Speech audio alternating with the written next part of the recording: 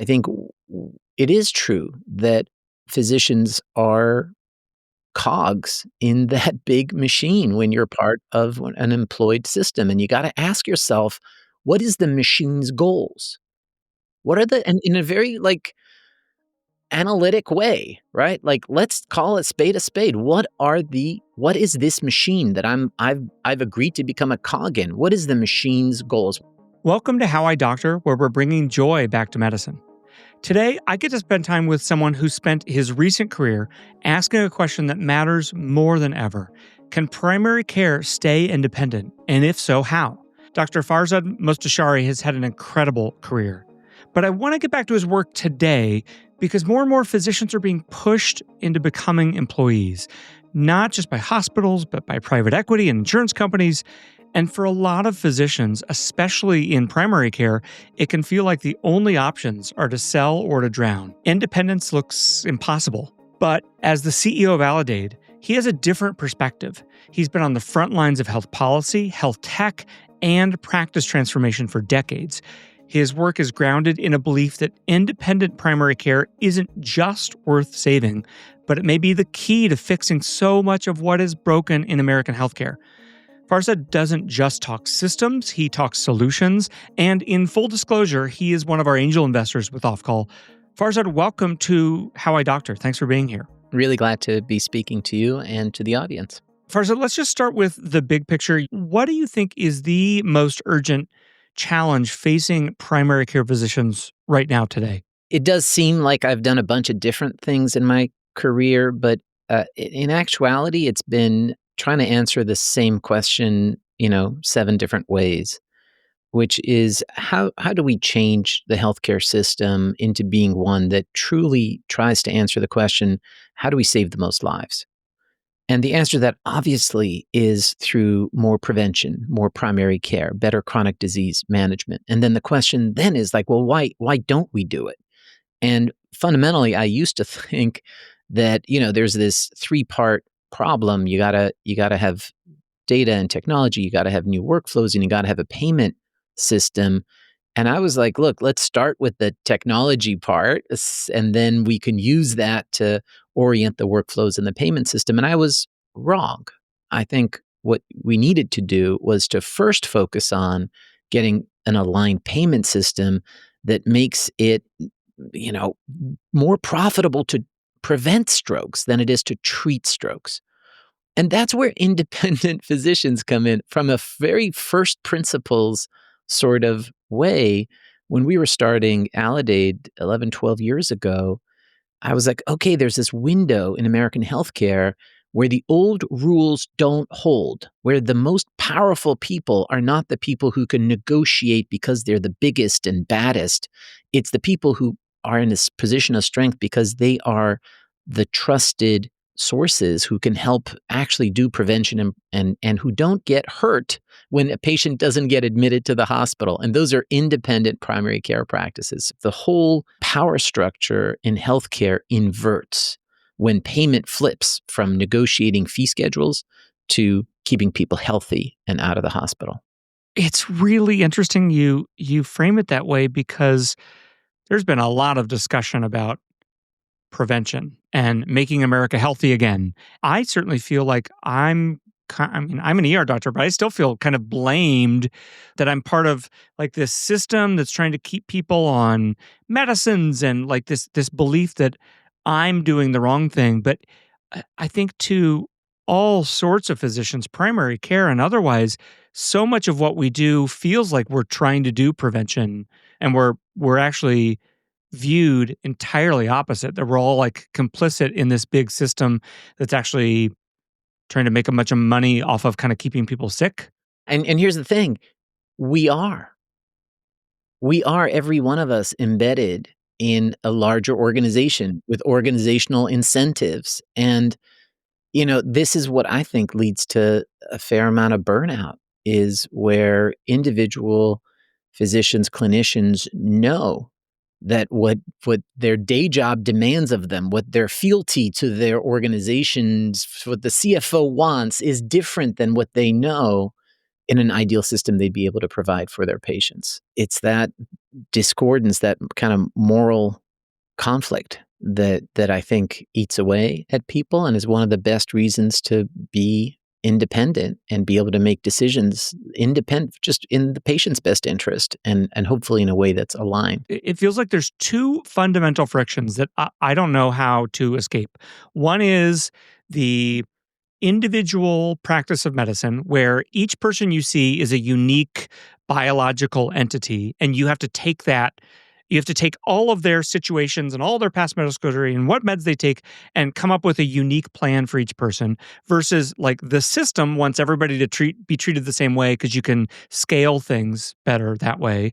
Well, it's also, Graham, the system, will spend enormous amounts of time, attention, and money to do things that maximize its profits or Yeah. its retained earnings if you're a nonprofit hospital. Yeah. It's like, why is there always money for, like this thing, but there is never money to, do that thing? Well, like, look to the organization's incentives. And I think it is true that physicians are cogs in that big machine when you're part of an employed system. And you got to ask yourself, what is the machine's goals? What are and in a very like analytic way, right? Like, let's call it spade a spade. What is this machine that I've agreed to become a cog in? What is the machine's goals? What makes the machine happy? Right? And is that what makes me happy?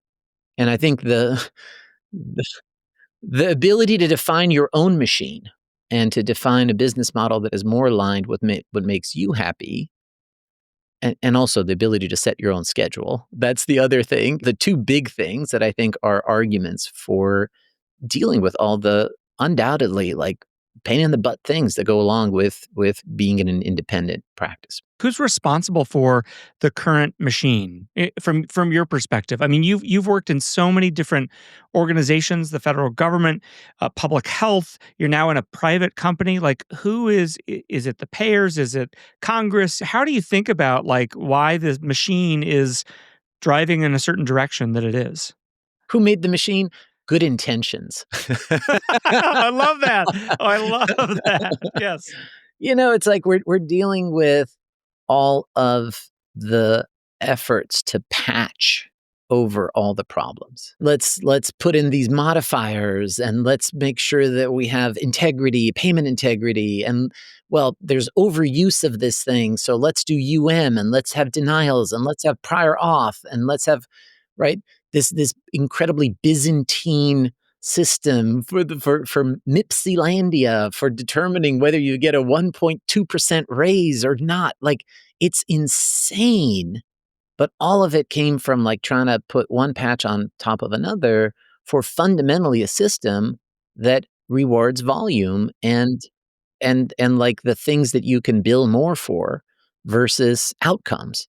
And I think finally we have a window for changing the game, changing the game so that, our many of our primary care practices this year are going to get more in one check, one shared savings check that came from keeping people healthy and out of the hospital than they did billing fee for service all year long for those patients.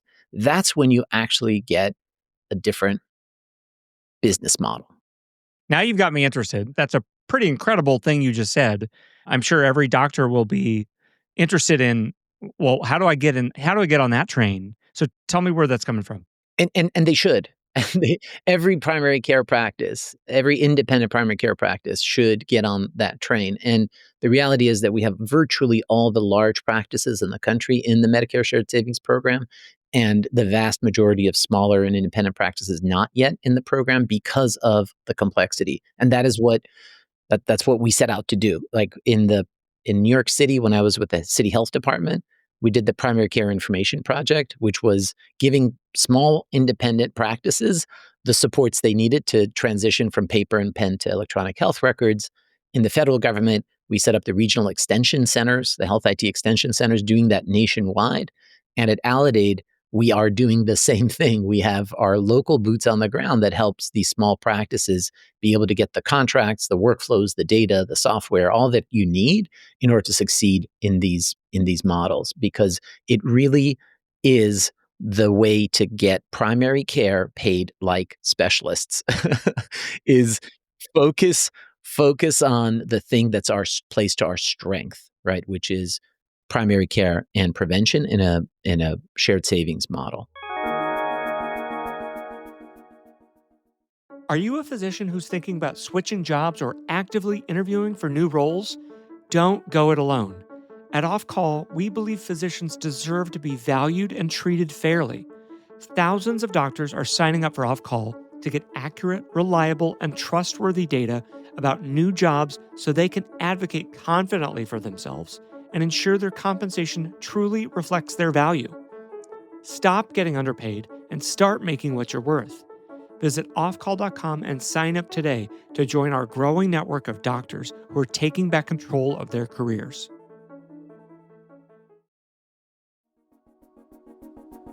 Where are those dollars coming from? Basically, saving the system from cost and saving the patient from suffering. In between being national coordinator for health IT and starting Aledade, I was at the Brookings Institute studying physician-led ACOs, and we did a toolkit and conference and all that.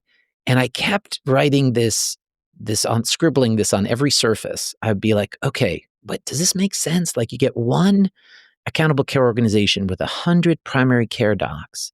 Each doc, do the math, Graham. We got 100 primary care physicians. Each primary care physician cares for a panel of, I don't know, 2,000 patients. If you could get all of those patients in a total cost of care contract, each patient has $5,000 a year in total medical cost per year. So what's 100 times 100 PCPs times 2,000 patients per PCP times $5,000 per patient per year? How many dollars a year is that? It's $1 billion. It's like 100 PCPs is $1 billion enterprise? What? Doesn't seem possible. Yeah, But that it does is, not seem possible. Wow. right? But it is. That kind of leverage is the whole thing. Primary care is like 5% of the total cost of care, and we're getting 10, 12, 14, 16% savings on total cost of care by reducing hospitalizations. That's it. More access to primary care, better chronic disease management, better follow-up, and every primary care doc knows that they could, right? Like, give me the tools, give me the resources, and of course I could prevent more hospitalizations, right? And now it's like, let's do it. And we are doing it. And it's like 2% a year slower trend in total cost of care. 2%, but it builds, it compounds, right? So the net of that is last year we distributed about $350 million to community primary care practices. Wow. This year is going to be north of $500 million. That's incredible. I mean, it also just goes to show you just how massive the healthcare system is. Yeah. I mean, it's really hard for humans to fully comprehend just numbers of, I think we may hit 4.8 trillion in 2025 spending for the whole system, and just how large that number is. It actually makes $1 billion for 100 PCPs not even that big Not that anymore. crazy, yeah. Yeah. Does this make the work of documenting that prevention more palatable to these primary care practices that you work with? I mean, I think that's the other piece that people get frustrated with is just the carrots and sticks, the requirements that these physicians have to go through. But maybe those are way easier to handle because they're getting paid. Like you said, they're playing to their strengths and they're being paid to prove how good of a preventionist they are. I think documentation is the bane of of every physician's life, right? It used to be like we wrote notes for ourselves, and then like we're writing notes for ourselves and our colleagues, and the malpractice lawyer and the billing department and the right. It's like these notes are expanding more and more. People just get used to the idea that for their fee-for-service billing to justify the 99214, they have to put all this crap in on every visit, like 20 times a day. You're doing that, right? But like once a year, you got to document the burden of illness for the number of chronic conditions the patient has. Otherwise, the rest of it is just doing the right thing and focusing on keeping the patient out of the hospital and healthy and managing their chronic conditions and thinking about like what's going to get this person in trouble over the next year. And if they go to the ER, having a system in the practice where the patient gets a phone call, says, "How you doing?" Those are the fundamentals of kind of value-based care. And then, yeah, then there's wraparound supports that we offer so that practices can be, autonomous but not atomic. The other thing we're seeing is how alone practices feel, where they just feel like there's nobody for them to support them. And I think being part of a community of like-minded practices is actually, one of the powerful things we've found. And to the extent that we can, like during the Change Healthcare things, Aledade made available $100 million of credit for practices. During COVID, we helped them get up on telehealth and found PPE for them and so forth. So being part of something bigger, but without giving up your ability to control your own life, I think is the best of both worlds. What do you find are the advantages of independent practice for physicians and then for patients as well? It's interesting when you talk to people who are not in healthcare, there's a little bit of a sense of like, well, what are you talking about? Like we don't have 10,000 car makers anymore, like it's not efficient. That's the exact opposite in healthcare. Like in healthcare, when you create these behemoths, the patient doesn't get higher quality care. That's proven. All the research in the world shows that. My dad, he got a healthcare scare and he like put on his suit and tie and drove to the hospital and parked in the parking lot and paid for, which he hates. He hates paying for parking, and like walked to the primary care practice and said, like, I have this thing that I'm scared about. And can I see somebody? And they said, "Oh, sir, we can't help you. Call the 1-800 number."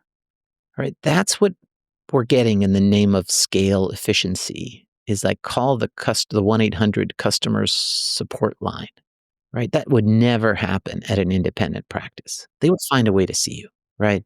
So what are we getting?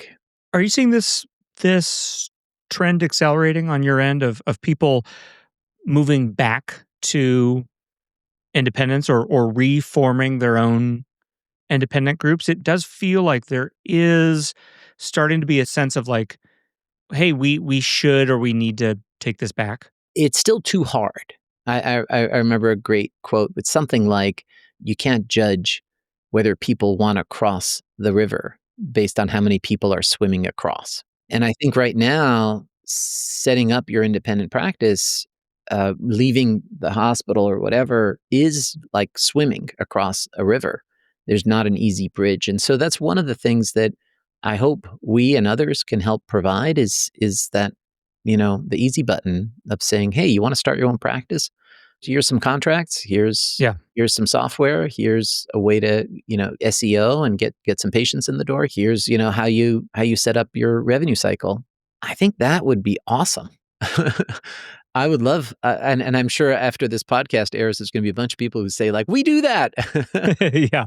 uh, and I think we need more of that.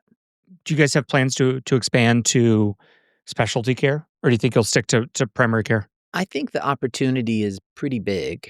This concept of crossing the chasm Oh, of course. Yeah. Yeah. option. Jeffrey Moore Yeah. wrote that seminal marketing book. He and I wrote a piece in the New England Journal Catalyst around how do you cross the chasm for value-based care. We're kind of stuck at like 35% adoption, and we were like, look, just like let's focus on primary care. Like this is where it makes the most sense. And let's like drive complete adoption in primary care first, and then we can look to the specialists, because the specialists, let's face it, are facing a lot of the same frustrations. But from a compensation point of view, fee for service has been pretty good to them. You hit a point earlier. The ability to control your schedule and just kind of Oh my god, control how your day looks or how your day works, I think totally. is so Huge. Otherwise, it really it feels like you're doing stuff that is not the right way to do things, or someone else is telling you to some degree, like kind of how to practice medicine. That the way things work here is you get 7 minutes per patient, and make sure that you've updated the problem list and make sure you've refilled all the meds. So much of the practice of medicine is like mixed in with our personalities and the way that we view the world, and like the way that some people are like a more or less, more is less physician, and other physicians are like less is more type of physician too. Well, I was talking to a group of independent practice physician from Oklahoma, and he said, I was like, "Well, what does this mean to you?" And he said, "Well, there's a bunch of us buddies that we've grown up together, and there was a Van Halen concert in Kansas City, Hey, I'm from Kansas City. Perfect. and we were like, rock on, we're gonna go see Van Halen, yeah." And then Mitch on the group chat is like, I can't get the day off because he sold his practice to the hospital, and there's some mid-level bean counter who's his boss now on his schedule, right? He can't tell, you know, Marcy, like, "Hey, Marcy, I'm taking Wednesday afternoon off. Let's move the schedule," right? Control over the schedule is like huge to satisfaction and to the feeling of kind of locus of control, right?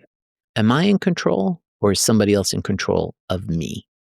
I always tie it back to the autonomy of practice, because ultimately, I think I feel ultimately I'm responsible for my patients. And, in the same way, it, it feels like if you're going to give me the responsibility, give me the control at the same time yeah, yeah. And yeah, maybe that is what respect is like, okay, you're going to give me the piece where I'm responsible. Well, give me the respect that I'm going to do this correctly. I took an oath to do it correctly. I'm responsible to do it correctly. So allow me to have some control over it as well. It feels like I just kind of looked up from my desk, and these statistics of most physicians are now employees just kind of happened while I was just not really paying attention because I was just busy seeing patients. Where did this all come from? Where were the seeds of this all starting? I think if you just think first principles, if productivity goes down, choice goes down, quality doesn't go up, cost goes up, then why is it a better system? It's entirely because you get more leverage. And leverage, this concept of, we looked at the price transparency data on that the payers have to publish, and it's just shameful. The variance in how much a payer pays, how many dollars, United or Blue Cross or whatever pays for the same thing, depending on how much leverage you have, is just crazy. And leverage would just, leverage is how big your practice is so you can negotiate better? Yeah. It's how many other things you can connect to it. You can say, Yeah. right, if you have one thing that the payer really needs for, and you have a certificate of need for that, then you can charge literally 2 or 3 or 4 times what an independent practice would charge, and the payer's not allowed to tell members that they should go to the lower cost place. These contracted provisions are crazy, and we let him get away with it. And we have facility fees that double down on that in Medicare. So I think the root of it is what makes you financially successful in fee for service is how many expensive things can you tack on, right? And this is the private equity play, right? When they roll up practices, it's like, oh, you're a dermatologist. How many more Mohs surgeries can you do on people's backs? Like, let's rack that up. I remember one doc in Kansas was like, he had tears in his eyes when we shared the contract we'd gotten from a big insurer and we were negotiating with them. And he got tears in his eyes and he said, I've never negotiated with a health plan before. Yeah. They just hand me the thing. And it's like, and I sign it because I don't have any other options because he's independent. because he's independent. Yeah. And I mean, we talk about respect, right? Like that's to me is the fractal image of how we treat primary care and how we treat independent practices is just lack of respect. It all feels like that gets back to our earlier reference about the patchwork nature of everything. Right. Well, if the payers aren't going to pay us enough, then we'll create hospital outpatient departments. So you can be nowhere near a hospital, but if it's an urgent care, they'll just bill that extra thing to get money back from the Patience. payers. And yeah, Right. and round and round we go. Yeah. And honestly, it's our patients who are caught in the middle too. Farzad, let me ask you a little bit more specifically about Aledade. Yeah. You mentioned a little bit the idea kind of started at the Brookings Institute. Where did this initial concept come to you? I was the US National Coordinator for Health IT. We went from 9 to 90% of hospitals having EHRs and during the time I was there, and from like 20 to 80% of physician practices using an electronic health record. That was the goal, but that wasn't my goal. My goal was improving blood pressure control and reducing strokes, and we didn't make any progress on that. Helped start this Million Hearts campaign, and it was so frustrating. And I felt like such a dissonance between, like, on the one hand, like, oh, hey, you're winning, you're getting EHR adoption Yeah. and quote meaningful use of it, and they have decision support and they collect blood pressure and you have medications and you have quality And measurement. it's in a flow sheet where it's all documented. Yeah. Yeah, and it's all everyone's attesting, and I no do a lot of one's attestation in the EHR yeah, for sure. and Yeah. no one's actually improving blood pressure control, and I just felt so discouraged, Yeah. and I was like, and then I was in the principals meeting at HHS, and I saw the first draft of the ACO regulations, and I was like, this is it. Like, you don't have to be a hospital to to create an ACO. And I was like, someone's got to start a business helping independent practices form ACOs because they're going to crush it. And no one did. And I was like, oh, all right, I guess I got to Guess do that's me. it. I'm kind of speechless. The digitization of American healthcare didn't really have an impact on outcomes or blood pressures or I mean, that was a lot of work we all did to implement. It was a lot of work. It was a lot of work. Look, some things did get better. Hospital safety undoubtedly improved, right from the time when you and I were scrawling in the charts, and people were trying to interpret what we wrote. So that definitely improved, and none of what we're doing today would have been possible if we hadn't digitized. I just wish we had been able to tie it more to outcomes from the beginning. What role does data play in Aledade? We have a pyramid of like what is the Aledade way, and at the top of the pyramid, like the highest form of the Aledade way, is when we can automate away the work, when we can pull the data from all the different sources and from the pharmacies and the labs and the EHRs and the payer claims and the hospital ADT and make sense of it and just fill the thing out for you, right? Fill out the quality report so you don't have to, go through and fill out the spreadsheet and attest and all that stuff. When we can send the text message to the patient to remind them to fill up the prescription, and we just do that when machines do the work. That's the best, right? Second best is when we can enable our practices to do the work smarter, not just harder, right? But of all your patients, 5% of them are at risk of crashing into dialysis. The tough part is knowing which 5%. So can we use data and machine learning algorithms and all the vast, now we have like, tens of millions of patient years of experience to be able to make better predictions and focus your efforts on the small number of patients who need this particular thing. And then the third part of the Alidate way is centralizing. Like, I don't think practices have a team of pharmacists, so we do, right? You don't have necessarily people who are experts in end of life counseling for very complex patients at the end of life. We do that. And data plays a key data and technology and software in general plays like literally like you could not do this at scale. Like we added 500 practices last year. There's no way you could onboard that many practices with just like dropping care managers into every.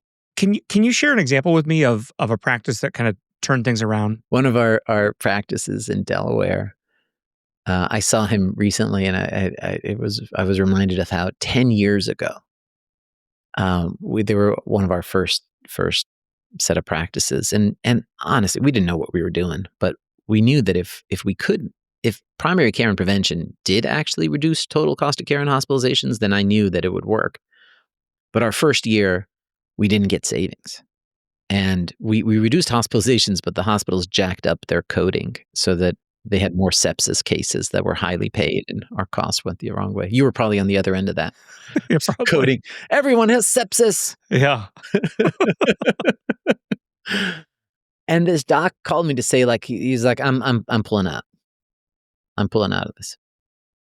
And I was like, Doc, just hang in there with me. Like, you're not paying anything, right? I'm paying for the cost of all the things that we're doing.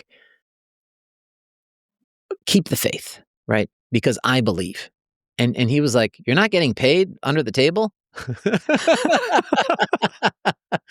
And I was like, "No, no, like I only get paid if you get paid." And he was like, "All right, I think you're crazy, but all right." And last year, he made over $500,000 in one check Wow. from shared savings from Medicare. Alidate is kind of you guys are the shared savings program.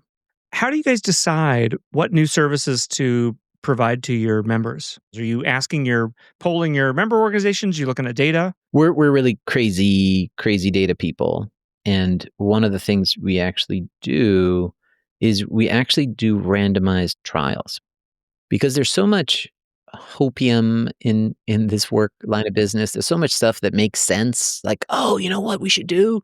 We should do whatever. Food is medicine. And then you do a randomized trial and you see that there's reversion to the mean. And you picked the people who had the biggest problem, and then you do anything to them. You do nothing to them, and they get better. And then you've ended up, wasting a lot of time, precious time and attention on things that don't actually make a difference. So we're constantly testing what we think is is true, but you can't necessarily go by what you think is true in this work. Yeah, I mean, it almost sounds like, other health tech companies, startups, whatever, should be partnering with you, doing the same thing.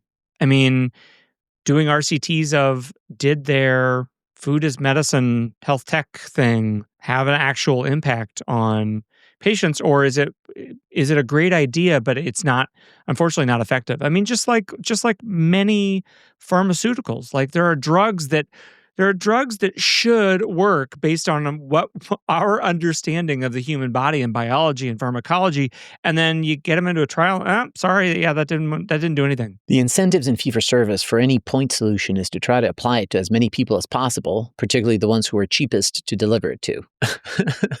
And then, right? So you could have something that works for the right population and even has a return on investment for the right population. But if you pay for it fee for service, like end of life counseling, you know, there was this great company, Iris Healthcare, that was doing 6 hours of conversation with patients around end of life scenarios.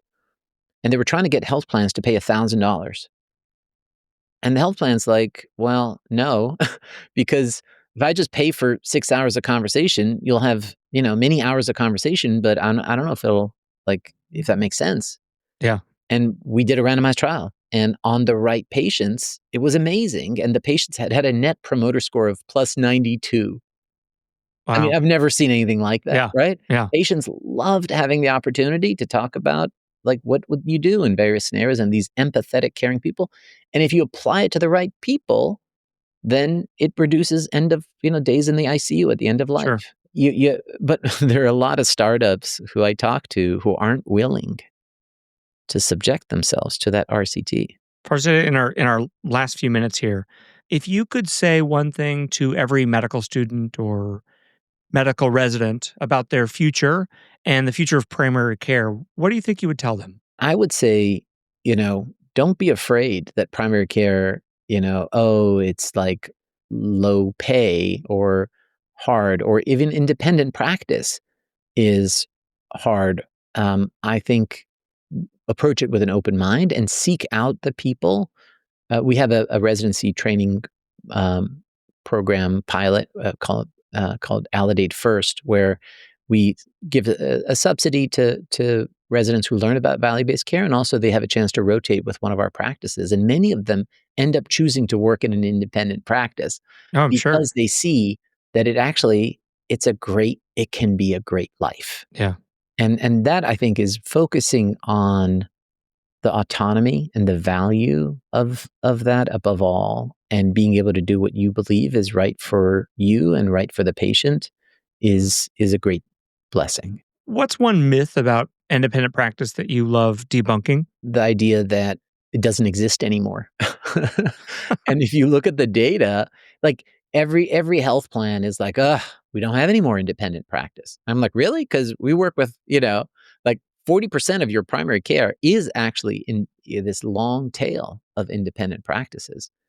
But what looms large in your mind is the big health The system. big accounts. Yeah. Yeah, Yeah. If Medicare kind of understands this to some degree, and CMS and HHS, do any of do any of the commercial payers, the BUCAs, do they look at you guys and think, oh, if these guys are able to generate better outcomes, should we be rewarding them more than the larger systems, or giving them perks like no prior auth for independent practices that are meeting yeah, we metrics do or, have that. Yeah, we do yeah, have that with Elevance, a kind of a gold carding program.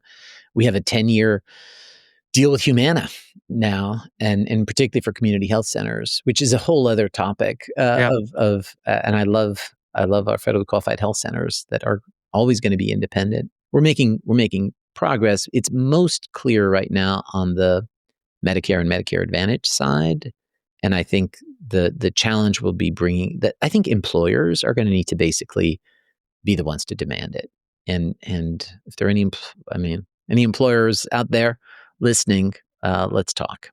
As a fellow policy guy, what do you think is one policy change that would instantly kind of shift the power, the leverage back toward physicians? 10 years ago, we did this white paper for like pro competition policies, and I think the thing that at that time I thought was the most improbable and also most powerful would be creating site neutral payments or eliminating the facility fees and the discrepancy there. And it's interesting that that is now almost like bipartisan consensus that that should happen, and I think it will.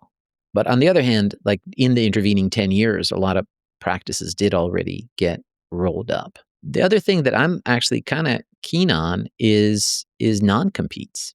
Getting rid of the 5-year, 50-mile type non-competes for physicians. It's ridiculous. I would love to see the sort of non-compete reform that was proposed under the previous administration actually be taken up by a very pro-market. Has been a Republican pro-market Yeah. kind of move. So I hope we see some of that reinforced. Well, Farzad, thank you so much. I loved that your focus really has been on the same goal. I mean, I thought it was multiple separate goals, but it's so clear to me Yeah. how laser focused you've been the entire time on improving outcomes, saving lives, and doing that through primary care. Thank you very much for joining us today. Thanks so much. Thanks for joining me today. For interviews with physicians creating meaningful change, check out offcall.com/podcast. Make an account on Offcall to confidentially share your details about your work and sign up for our newsletter where you can hear more about the latest trends we're seeing in physician pay.